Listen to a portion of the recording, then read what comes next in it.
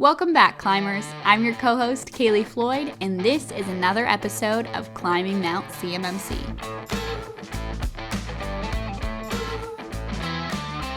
Today, I'm joined with Bobby, our host, and we are going to be tackling what the potential costs may be when climbing that hill of CMMC. So let's get into it.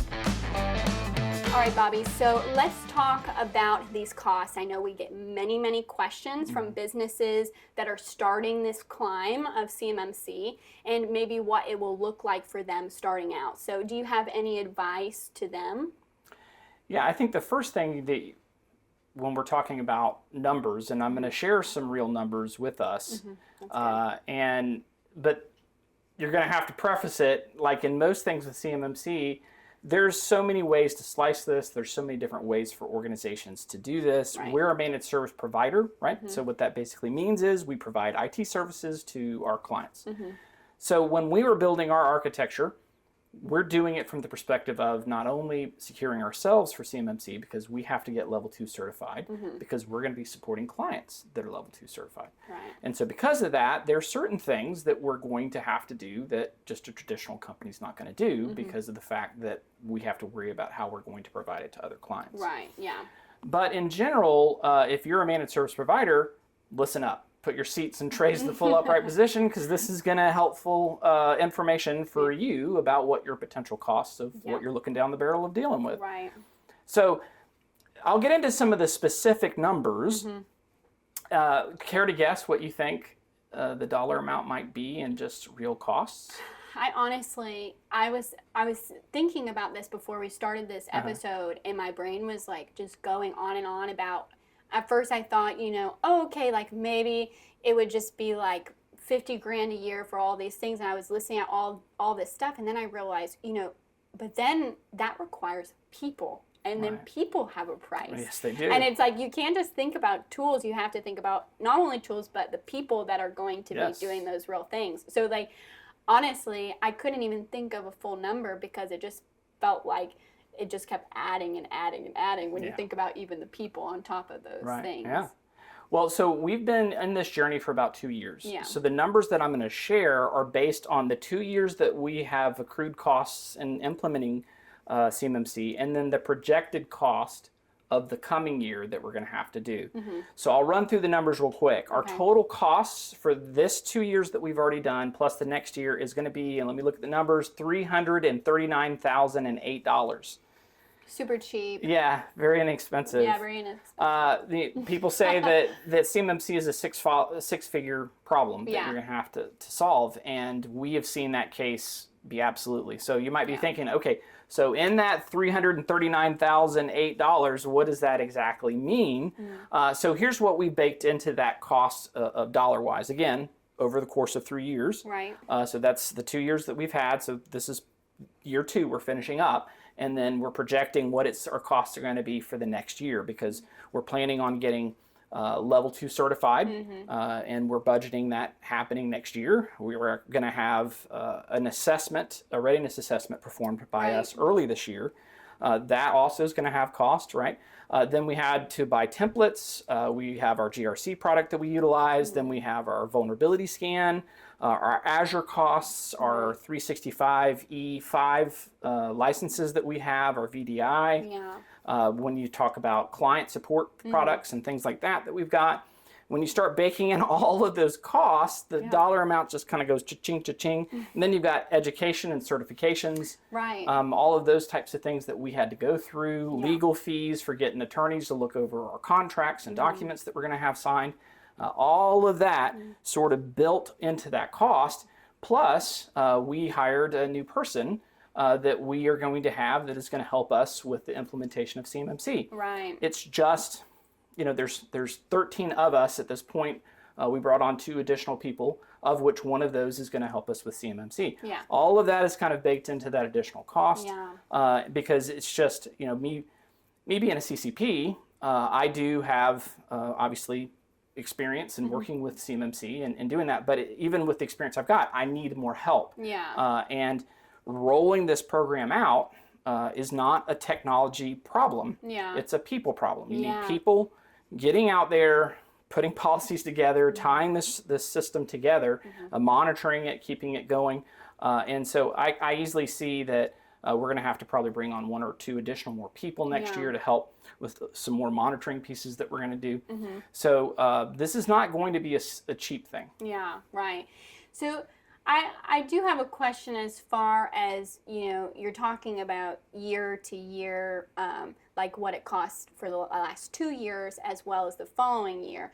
But I'm curious if you have any recommendations for people listening to this that maybe could do it, in stages for their business. Sure. Did you feel like there question. was, stages that you could take, that maybe could break up that cost for them in a way that was still productive and efficient to their business? Yeah, I think some of the things that are baked into this cost that we're having are things that I believe that MSPs probably should already be doing. Right. And the reason why I say that is, as an MSP, as we got ready for CMMC, we started realizing we need to be doing some of these things. We had, I felt like for an MSP running and functioning and taking care of security and processes, we had pretty good policies and procedures, and we were really starting to focus, before we started tackling CMMC, EOS, which is Enterprise Operating System, I think is what that stands for,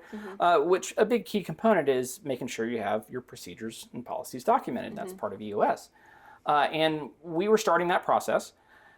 But as we started ramping up to go into CMMC, it revealed to me how much more mature we were going to have to get in order for us to be able to take a shot at being level 2 certified.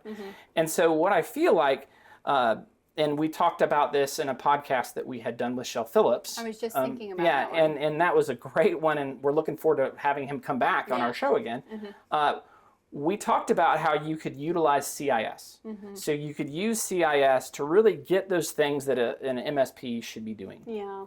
So having a solid change control, having good policies and procedures for everything that you're doing, and having that change control process be incorporated, having a solid security plan that talks about the story of how you're addressing all of the controls and the frameworks. Those are things that every MSP should be doing. Yeah. But I think what's kind of going on here is our clients that we're supporting aren't doing that. A lot of the MSPs aren't doing that to the level that we should be doing it at. And I'm pointing the finger at myself, as I wasn't doing it the level I should have as we started this journey. And I have been so glad that we have been on this journey, because it's made us so much better. Yeah. But I think really, if you take a serious look at CIS and you say, you know what, let's go to IG2, which is, there's 3 levels of CMMC, or sorry, I'm getting confused here. There's 3 levels of CIS. The second level, I think, is where you should try to target as an MSP. If you fully implement 1 and 2 levels, you should be on the football field of CMMC. Now, you're not within kicking range. You're probably not even past the 50-yard line. But now you're doing a lot of the basic passing and blocking that you're going to need to do to build off of. And you've got a good, solid foundation. So if you're like thinking to yourself, you know what, that price tag that you mentioned to me, Bobby, does not sound super exciting. Let me see how this whole CMMC thing is going to play out. You should at least be implementing CIS at a high level. Yeah. You should be really doing that as an MSP. And then if you decide later on that you do want to start ascending that hill of CMMC, which we call a mountain, Which we like to call a mountain, yeah. It's not going to be as hard of a climb versus if you're in the parking lot, flipping burgers. Yeah. It's a completely different experience. Yeah. And that podcast episode with Shel really talks about the framework, and I love how he says in that too, just a little bit, of a teaser of that. You could have a really great framework, but if you're not implementing that framework, it doesn't matter how good it is. Yeah.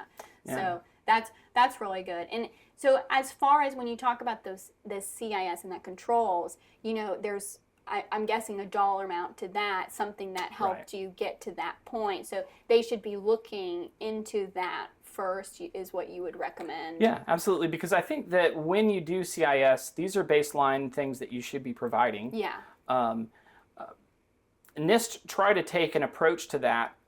They called them NFO controls. So what they were basically saying is NIST said, hey, here are these things that we feel that most organizations should be doing.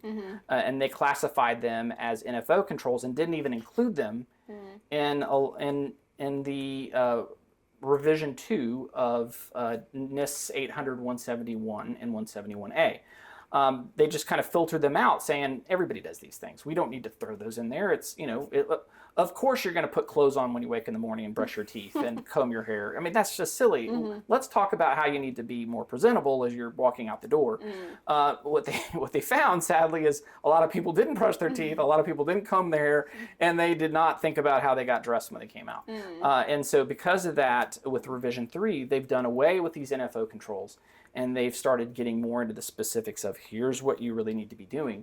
And so in that kind of vein, I think that concept could be applied to MSPs and their implementation of CIS. If they really went through level 1 and 2 and really thoroughly examined themselves and said, okay, I'm going to have a system security plan, I'm going to do these types of things, they're going to be much better poised to provide better services for their clients, keep themselves protected, not end up on CNN, being the next exploit. But also, if they do want to take an ascent, an attack on CMMC, they're better poised. Because here's the thing, when DVDs first came out, they were like $1 million. The DVDs themselves, the writers were super expensive, but over time, everybody started getting better and more efficient, and the price dropped. It's not going to be that way completely with CMMC, but there's going to be more vendors that are going to start coming into the space as more consistency starts to happen. People are going to find out ways to do it cheaper, more effectively, and that price will most assuredly drop some. How much? It's anybody's guess. But here's the thing: coming late to the bowl, you're going to have less opportunities. You're going to have less, I think, wisdom and understanding and really ascending that hill and having more time on it. So I think there's a lot of wisdom in going for it now. But if you're going to wait, take that advice. Try to get poised for a chance to go after the fact. Yeah, and I mean, you're bringing up a great point with these numbers, this pricing.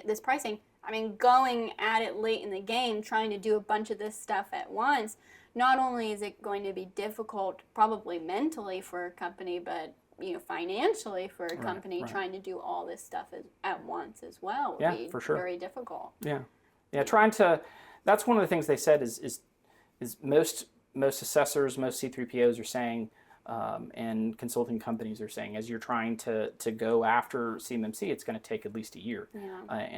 And we're in year 2 and probably going to be hitting close to 2.5, maybe 3 years before we finally have it done. And I don't think we've been, sleeping on the job. No. I did the numbers at this point right now. We've spent a little over 1,000 man/women hours. That's a lot. And we're not done yet. And so that dollar amount that I factored in doesn't even include that time. That's just how much time we've spent getting ready and putting things in place and doing things. And to some of that time has been spent finding dead ends, going down a road, finding out that that's probably not going to work, trying this other thing. And that's where I think some of that savings that I was talking about is going to come in is, organizations that are starting to come on now and are starting to think about becoming a managed service provider. That's been around for so long. There's so many peer groups that you go to that can help you understand how to do it. There is no peer group that you can go to for tackling CMMC right now. There just isn't, because it's so new. But over time, that will change. There'll be a lot more of that starting to happen in the next 3 to 5 years. But right now, it's just, we're on the tip of the spear. And I mean, that's, partly too why we made this podcast is we're hoping that this will also help people later down the line that are going through this thing. And some people might be looking at this 3 or 5 years from now going, those losers. Yes. It's so much easier now, and that's probably going to be the case. But I feel that regardless, the journey that we have taken and how much stronger as a company we are because of that, I do not regret it 1 second. So, Bobby, is there anything else that you would, want to say to the people listening that are starting that climb of CMMC and are worried about that cost and what it may affect with their business itself? Yeah, I think when people are thinking about how they can try to reduce costs, Yeah. what they end up doing is extending the time. And it's a very difficult balance you have to do. So this may be counterintuitive, but I would highly recommend engaging with a C3PO or an organization that has that level of qualifications that can help guide you. You don't have to have them do everything for you. You can, and in fact, we've engaged, and we're kind enough to have Amir Armand with Curie Systems. Yeah. And we engaged with her to help us with some of the things that we're doing, and has been instrumental. And she's like, "Hey, look, I can do as much of this as you want." And I said, "You know what? We need to do a lot of this ourselves. We need to really learn that knowledge of what it looks like to climb it, because we're going to be trying to guide and work our clients with that. Right. And if we've cheated and got ourselves to the top because we had somebody fly us there with a helicopter, we didn't learn the lessons we needed to earn us to get there. So we wanted to do very much ourselves. But we had that person in our back pocket to really help us check our work, as we're starting to go, and they're like, you might need to refine this, or this sounds sort of okay, but I don't see some evidence here. They were able to help us a lot more in making those right decisions. Was that costly? Sure, absolutely. But it gave me peace of mind knowing that, I tried doing some of this on my own and then found myself painted in the corner much faster. Whereas then I was able to make more accurate decisions that were forward thinking, that I wasn't having to take some steps backwards and just continuing to be moving forward.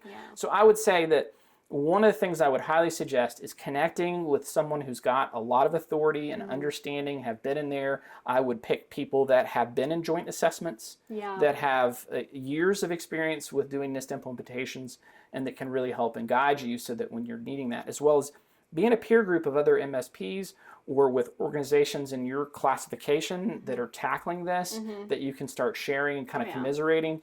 Those are some things that I highly suggest you do, because this isn't going to be something you're going to do overnight. No. You're not going to solve everything in one meeting, and you're not going to pay for it in all one go. It's going to take some time to get you over there. So if you start doing it over the course of a few years, it won't be as bad, but you need to start it now. Right. Because the starter pistol for the actual certification is probably going to start next year.